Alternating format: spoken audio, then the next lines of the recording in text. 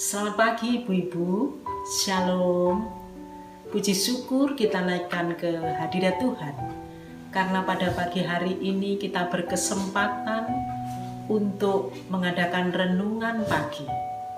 Sebelum kita memasuki renungan pada pagi hari ini, mari kita bersama-sama mohon terang dari Tuhan, kita berdoa. Terpujilah Engkau ya Allah yang mengasihi hidup dan kehidupan kami.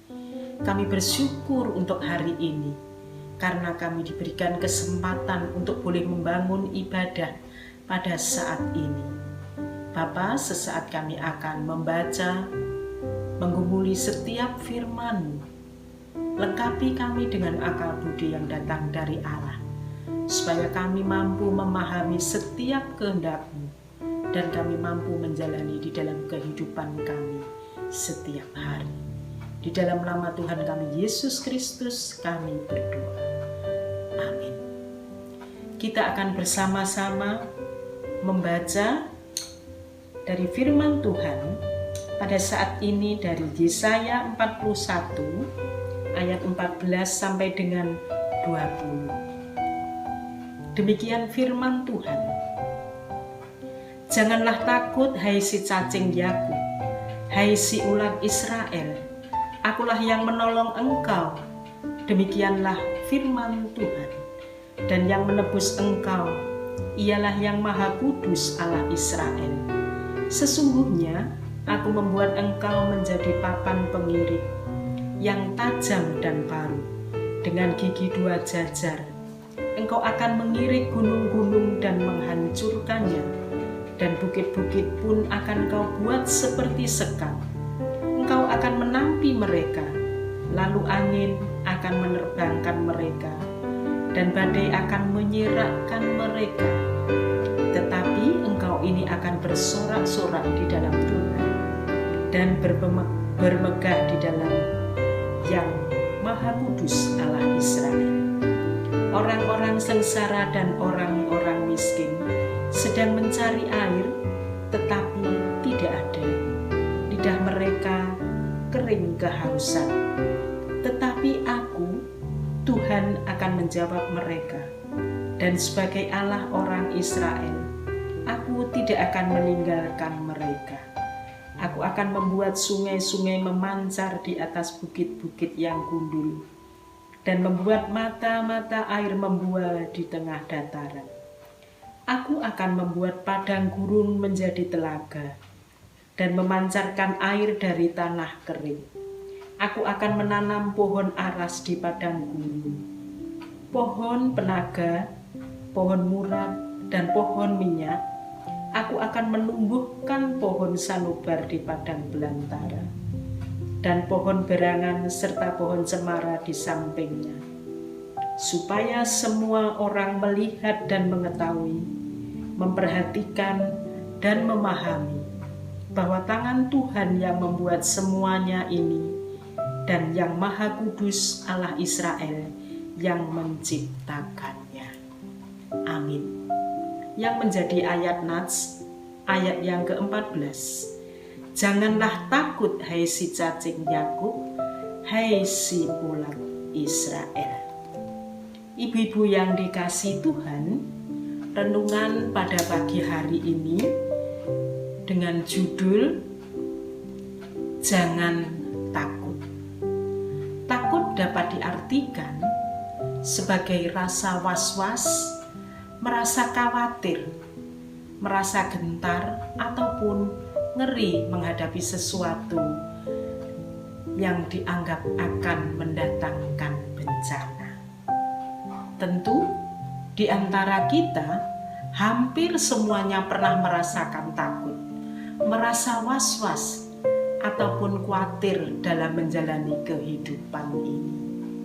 Ini sesungguhnya wajar, karena kita ini masih hidup dalam kedagingan, hidup di dunia ini. Perasaan takut memang sering muncul manakala saat kita melihat atau mendengarkan berita tentang bencana alam, maka kita merasa takut. Ataupun takut saat menghadapi masa tua, Kadang kita juga merasa takut dengan masa depan anak cucu kita. Ataupun bahkan sampai saat ini, situasi pandemi COVID-19 juga membuat kita menjadi takut. Ibu-ibu yang dikasihi Tuhan, di dalam menghadapi masalah atau situasi, tingkat ketakutan seseorang akan berbeda-beda. Demikian juga yang dialami bangsa Israel pada saat di bawah kekuasaan Babel. Karena kesengsaraan yang dialami saat itu membuat bangsa Israel menjadi patah semangat, bahkan kehilangan pengharapan. Akan tetapi Nabi Yesaya terus memberikan semangat kepada bangsa Israel untuk terus menata kehidupan, walaupun bangsa Israel saat itu digambarkan seperti cacing, seperti ulat, merupakan makhluk yang lemah, tidak berdaya dalam menghadapi bahaya. Akan tetapi Tuhan Allah tetap mengasihi bangsa Israel. Tuhan akan menjadikan bangsa Israel sebagai bangsa yang menampi sehingga musuh akan berserakan. Tuhan juga akan menolong dengan memberikan jaminan. Bukit yang gundul akan menjadi sungai yang mengalirkan air. Tanaman akan tumbuh dengan subur. Sehingga setiap orang bisa melihat karya Allah dalam kehidupan ini.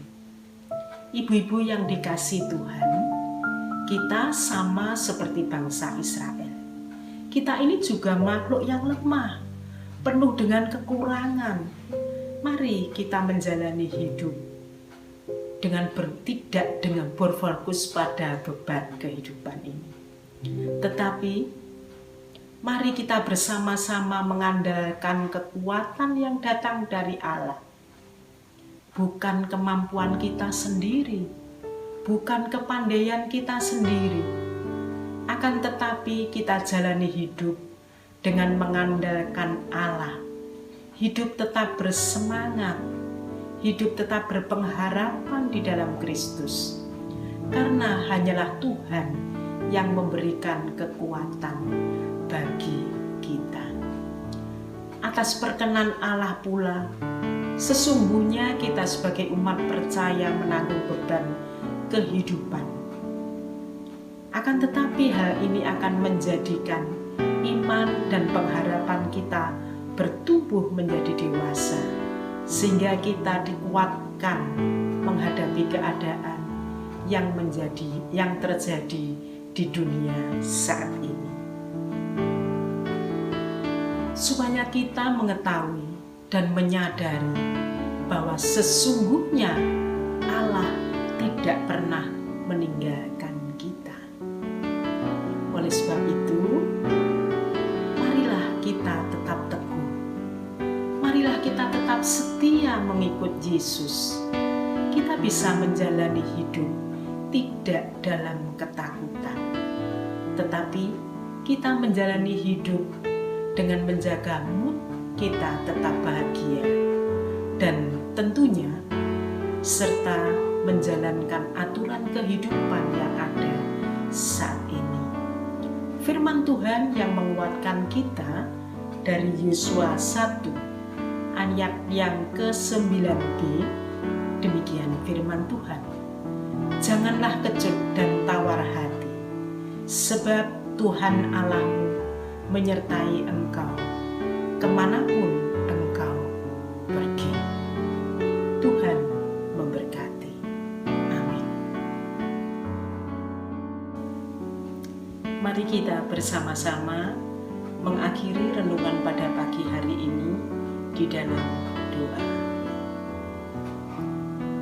Tuhan Yesus yang mengasihi hidup dan kehidupan kami, bersyukur untuk hari ini karena firman Tuhan yang sudah menuntun hidup dan kehidupan kami.